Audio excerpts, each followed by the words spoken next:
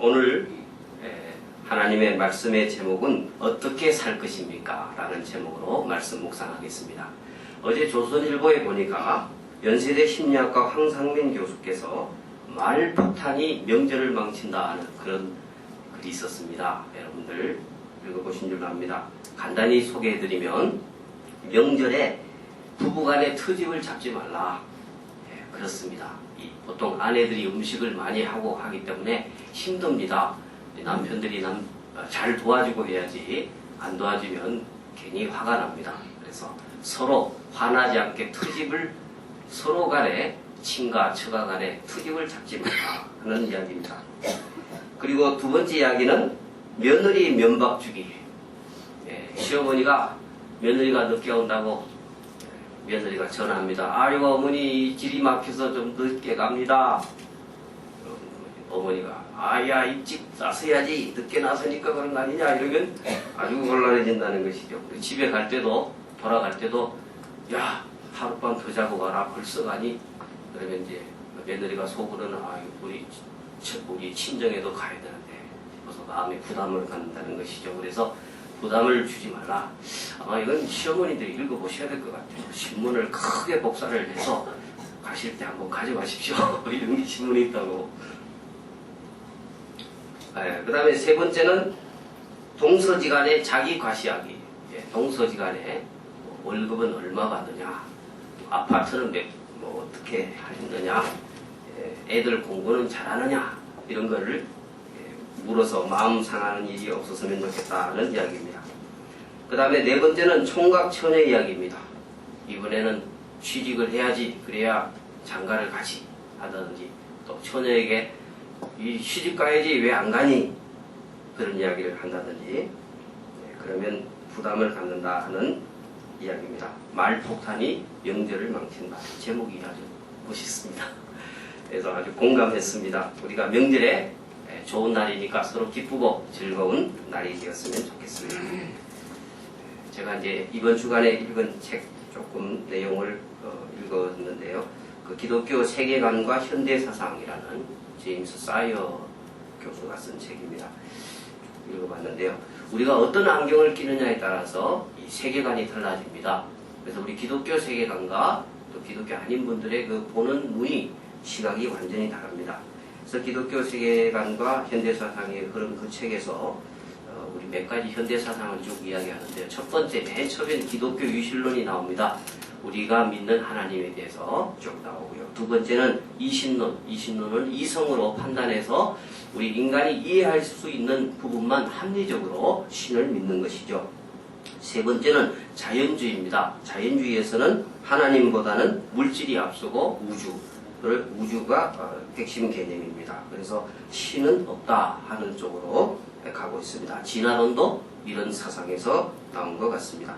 그 다음에 허무주의입니다. 허무주의는 좀 더 타락하는 겁니다. 완전히 신은 죽었다. 여러분 많이 들어보셨죠? 신은 죽었다. 허무주의. 그 다음에 실존주의로 가서 무신론적 실존주의도 있고 유신론적 실존주의도 있는데 유신론적 실존주의는 조금 우리 기독교 유신론에 조금 더 가까이 접근하는 그런 사상이 되겠습니다. 그 다음에 동양 범신론적 일신론, 명상도 하고요. 많죠. 불교에서는 그런 사상이 있고요. 그 다음 마지막 현대에는 최근에는 뉴에이지, 여러분들 뉴에이지에 대해서 많은 이야기를 하죠. 그래서 뉴에이지 사상이 우리 문화 전체에 다 들어와 있습니다. 사회과학이나 심리학이나 그리고 자연과학에도 들어와 있고요. 그리고 영화, 스포츠, 심령술, 영매술 이런 이야기들이 뉴에이지 사상에 많이 들어와 있습니다. 우리가 너무 겁낼 필요는 없습니다. 하나님 중심으로 살고 문화를 골고루 접하면서도 한번 이게 정말 기독교 문화인지 아닌지를 판단할 수 있는 그런 눈만 있으면 됩니다. 너무 겁먹어가지고 이 영화도 나쁘고 저 영화도 나쁘고 그렇게 까다롭게 할 필요는 없습니다. 그런 게 있다는 것만 아시면 됩니다. 자, 우리 기독교 유신론에는 여러분이 아시다시피 하나님은 무에서 우주를 창조했다. 무에서 우주를 창조하셨다. 창조론이죠. 그리고 우주는 무질서하게 창조되지 않았다. 그 다음에 인간은 하나님의 형상으로 창조되었으나 타락으로 인해서 하나님의 형상이 훼손되었고 그리스도의 사역으로 인간이 구속함을 받았고 선을 회복했다 하는 것입니다. 그리고 역사는 기독교 역사는 직선적입니다. 윤회 사상은 순환한다고 하지만 우리 기독교 역사는 직선적이고 이 역사는 하나님의 계획 아래 모든 것이 이루어지고 있고 의미 있는 사건들의 연속이 역사다. 이렇게 보는 것이 기독교 유신론에서 보는 모든 생각인 것입니다. 오늘 성경 본문을 우리가 읽었습니다. 하나님의 지혜와 지식의 깊음을 찬양한다 그랬습니다. 우리가 하나님의 지식과 지혜는 너무나 깊고 넓어서 우리가 다 청량할 수가 없는 것입니다. 우리가 조그마한 과학의 눈으로 하나님을 판단하는 것은 좀 우리가 잘못된 것입니다. 우리가 로마서 11장 36절에 보면 만물이 주에게서 나왔다. 만물이 하나님께로부터 나왔는데 하나님으로부터 출발해야 되는데 우리 인간은 하나님을 몰라가지고 우리의 안경으로 요만큼 45도, 90도 이것만 보는데 이걸 가지고 360도 전체에 있는 하나님의 존재를 없다고 말한다는 것은 잘못된 것인 것입니다. 그래서 우리 예수 믿는 사람들은 하나님 보이지 않지만 우리의 작은 눈이지만 성경의 눈으로 믿음의 눈으로 90도만 보는 것이 아니고 360도를 볼 수 있는 것입니다. 그래서 우리는 창조자의 영광을 우리가 하나님께 영광을 창조자께 영광을 돌리고 하나님을 찬양하고 있는 것입니다. 피조물 가운데 많은 것들이 하나님을 찬양하고 있습니다. 별들도 하나님을 찬양합니다. 성경에 참새들도 하나님을 찬양합니다. 아마 하루살이도 하나님을 찬양할 것입니다. 모든 만물이 하나님을 찬양하고 있다고 시편에 기록하고 있습니다. 그런데 슬프게도 찬양하지 않는 것이 피조물이 두 가지가 있습니다. 하나는 사탄이고요. 하나는 인간입니다. 여러분 세상에 나가보십시오. 하나님이 어디 있느냐고 말하는 사람들이 있습니다. 하나님께 영광을 돌리지 않는 사람들이 있습니다. 성경에 나오는 창조론은 누가 우주 만물을 만들었느냐, 왜 만들었느냐 하는 문제인 것입니다. 이것은 세계관적 믿음의 수준의 문제입니다. 이것은 창조주가 있느냐 없느냐 하는 문제입니다. 창조론은 하나님이 있느냐 없느냐, 어떻게 만들었는가에 대해서는 아무 말이 없습니다. 그냥 말씀으로 만들었다, 그 말씀밖에 없습니다. 말씀으로 창조하셨다. 그런데 과학에서는 진화론이냐 창조론이냐를 이야기합니다. 이것은 세계관적 수준의 문제가 아니고 과학적 설명의 수준의 문제인 것입니다. 어떻게 만들었는가 하는 것입니다. 그래서 과학자들은 연구를 해보니까 유전인자가 침팬지하고 사람은 거의 다 비슷한데 1.7%만 다르더라. 그래서 인간과 침팬지는 공통조상에서 나왔다라고 가설을 세우고 말하는 사람들이 진화론자들인 것입니다. 또 창조론은 여러분 진화론 학자들이 그럽니다. 진화론이 그럴듯하지만 진화론도 들어가 보면 이해 안 되는 부분이 많고 그런 부분들이 있다는 겁니다. 그건 해결할 방법이 없는 겁니다. 그것은 결국은 하나님이 창조했다. 초자연적인 해결 안 되는 것은 초자연적인 힘으로 누군가 창조했다라고 과학자들이 생각을 하는 것입니다. 미국 사람들은 진화론보다는 창조론을 더 많이 믿습니다. 3분의 2가 지적 설계론을 믿습니다. 창조주가 있다는 것입니다. 미국에서는 창조론과 진화론을 두 개를 다 가르칩니다. 학교에서. 생물 시간에 창조론도 가르치고 진화론도 가르칩니다. 그런데 우리나라는 생물 시간에 진화론만 가르칩니다. 결국은 생물학을 공부해서 쭉 올라가면 맨 마지막에 배우는 게 진화론입니다. 4학년 때 배우는 게 진화론입니다. 그래서 학생들은 진화론을 믿고 있어요. 특별히 문과, 이과 학생들이 있는데요. 문과 학생들은 그래도 좀 진화론을 덜 믿는데요. 이과 학생들은 진화론을 많이 믿습니다. 그래서 그들은 이거 뭐 하나님이 없다 이렇게 말하는 학생들도 많이 있습니다. 그래서 문제입니다. 창조론도 가르치고 진화론도 가르쳐야 되는 것입니다. 미국의 그리스도인 생물학자들은 하나님이 우주 만물을 창조했다고 믿습니다. 믿고 그것을 전제하고 그 다음 조금씩 변해가는 부분들은 진화다. 이렇게 이야기를 하는 것입니다. 하나님께서 진화의 방법을 통해서도 창조하셨다. 이렇게 믿는 것입니다. 그래서 창조론과 진화론을 갈라놓는 것이 아니고 이원론으로 해석하는 것이 아니고 진화도 하나님의 창조의 일부다라고 미국의 신앙을 가진 생물학자들은 그렇게 이해를 하는 것입니다. 우리가 생물체를 연구하면서 하나님의 창조의 섭리를 더욱더 찬양하고 하나님께 영광을 돌리는 것입니다. 여러분 현미경으로 세포를 보면요 색깔이 막 다양합니다. 저는 실험할 때 이렇게 생물학 할 때 실험할 때 뭐 양파 껍질도 실험하고 이렇게 세포 넣고 현미경으로 보면 뭐 색깔이 그냥 아주 그냥 좀 다양해요. 여러 가지 색깔이 들어있는데 그런 생물체를 보면서 야, 인간이 눈에 보이지 않는 부분이 얼마나 많은데 눈에 보이지 않는 부분이 얼마나 많은데 그 조금 보이는 거 그걸 가지고 하나님이 없다고 그러느냐. 보이는 것만 가지고 하나님이 없다고 그러면 되느냐. 안 보이는 게 얼마나 많은데. 여러분 생물학은 옛날에는 보이는 것만 가르쳤습니다만 요즘엔 거의 다 안 배우는 걸 가르칩니다. 세포학 안 보이죠. 눈에. 현미경 없으면 안 보이죠. 유전학, DNA, 유전인자 더 안 보이죠. 염색체 안 보이죠. 미토콘드리아 하나도 안 보입니다. 전부 다 전자현미경을 통해서 엑스레이 사진을 통해서 보는 것입니다. 그래서 눈에 안 보이는 것이 훨씬 많은데 인간은 보이는 것만 하나님을 믿으려고 하는 어리석음을 범하고 있는 것입니다. 우리가 이번에 우리나라의 이 황 박사님 그 사건도 있고 또 여러 가지 유전공학과 생명공학이 발전되면서 인간의 연기 서열을 찾아내고 또 인간의 유전자를 마음대로 조작하려는 시대가 왔습니다. 나쁘다는 것이 아닙니다. 인간의 병을 치료하기 위해서 그런 연구가 필요합니다. 뭐 기독교 윤리 하시는 분들은 유전공학해서 유전인자 바꾸면 안 된다. 무조건 하지 말라 그러는데 안 하면요 다른 나라에 뒤집니다. 누군가 하게 돼 있습니다. 우리나라도 해야 됩니다. 하는데 어떻게 그것을 사용할 것인가 하는 것이 중요한 것입니다. 모든 것은 다 좋은 면과 나쁜 것이 있는 거예요. 선하게 만들었는데 악하게 사용하기 때문에 나쁜 것입니다. 핵무기도 그렇죠.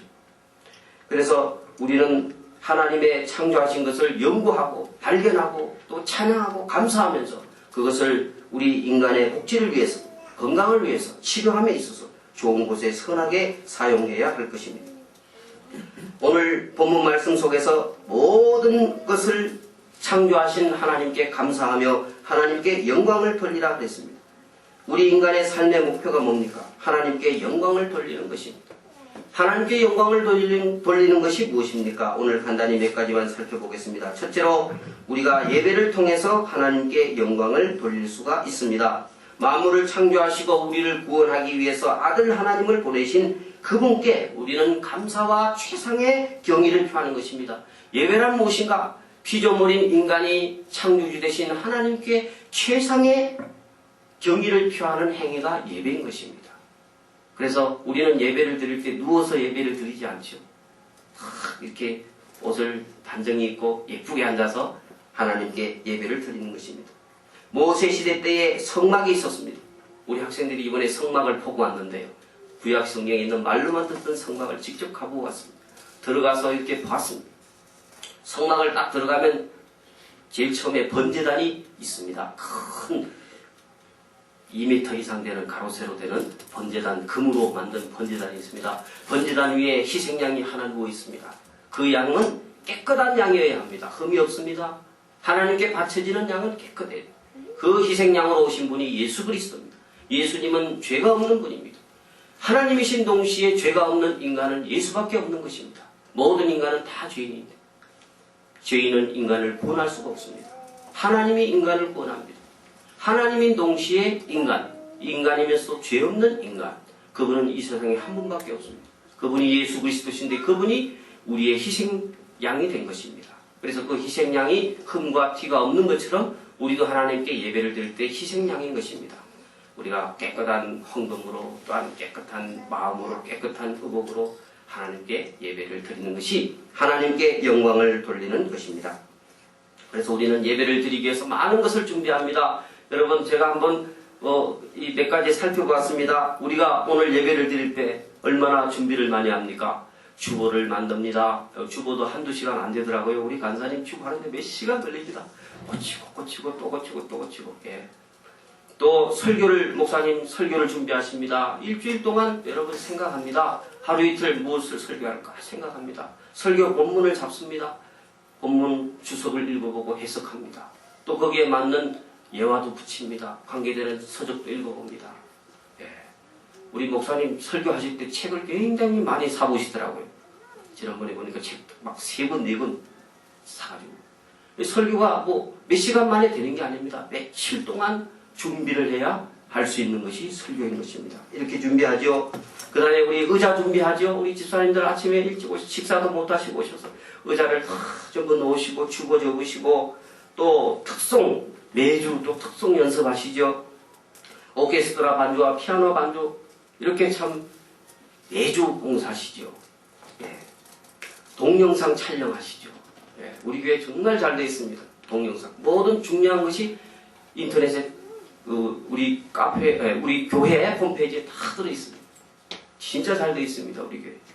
그리고 음향기기 또 와서 다 설치하시죠. 또 프레젠테이션 하시죠. 또 청소하시죠. 난방 새벽마다 불 켜고 하시죠. 주차 안내하시죠. 추운데 밖에서. 안내하시죠. 헌금 안내하시죠. 또 마실 차를 준비하시죠. 지금 엄청 많죠? 준비하는 게. 또 새신자 등록 받지요. 교회 학교 예배를 통해서 여러분들이 예배 드리실 수 있도록 유치부, 영화부 운영하지요. 교회 학교 교사로 봉사하시죠. 그 외에도 더 있을 것입니다. 제가 다 기억 못합니다만은 파악을 못해서. 이렇게 많은 분들이 하나님께 헌신하기 때문에 오늘 우리가 이 예배를 드릴 수가 있는 것입니다. 그래서 하나님께서 영광을 받으시는 것입니다. 두 번째로 우리가 하나님께 영광을 돌리는 것은 서로 사랑함으로 영광을 돌릴 수가 있습니다. 예수님께서 서로 사랑하라 하셨습니다. 왜 그 말을 했을까요? 예수님은 사랑이라. 예수님께서 서로 사랑하라. 우리가 아무리 사랑하려고 해도 사랑을 못할 때가 있기 때문에 사랑할 때도 있지만 부족해서 연약해서 인간이기 때문에 사랑하지 못하고 품지 못할 때가 있어서 화를 낼 때가 있기 때문에 하나님께서는 우리에게 사랑하라고 말씀하셨습니다.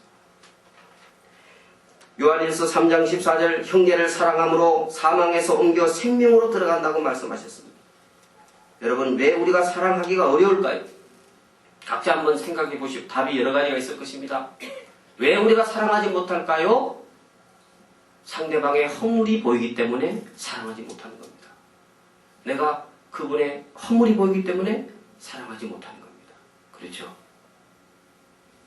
또 나하고 마음이 안 맞기 때문에 사랑하지 못하는 겁니다. 사랑하고 싶은 마음은 있어요. 사랑하고 싶고 잘해주고 싶고 한데 마음대로 잘 안 돼요. 왜 그럴까요? 예. 이해와 대화가 필요합니다. 이해와 대화. 이해하고 대화가 필요합니다. 이야기를 나눠보고 상대방을 이해하고 대화를 해야 문제가 풀리는 것입니다. 상대방에게 자기가 마음에 안 드는 게 있으면 이야기를 해야 됩니다. 풀어야 됩니다. 마음에 꼭 담고 있지 말고 우리 부부관계도 마찬가지입니다. 그냥 서로 막 마음에 품고 말도 못하고 혼자 꿍꿍 앓으면서 화내고 그러면 안 됩니다. 자기의 마음을 아주 쉽게 이래서 내가 기분이 나쁩니다. 이렇게 좀 합시다. 이렇게 해줬으면 좋겠습니다. 이야기를 하세요.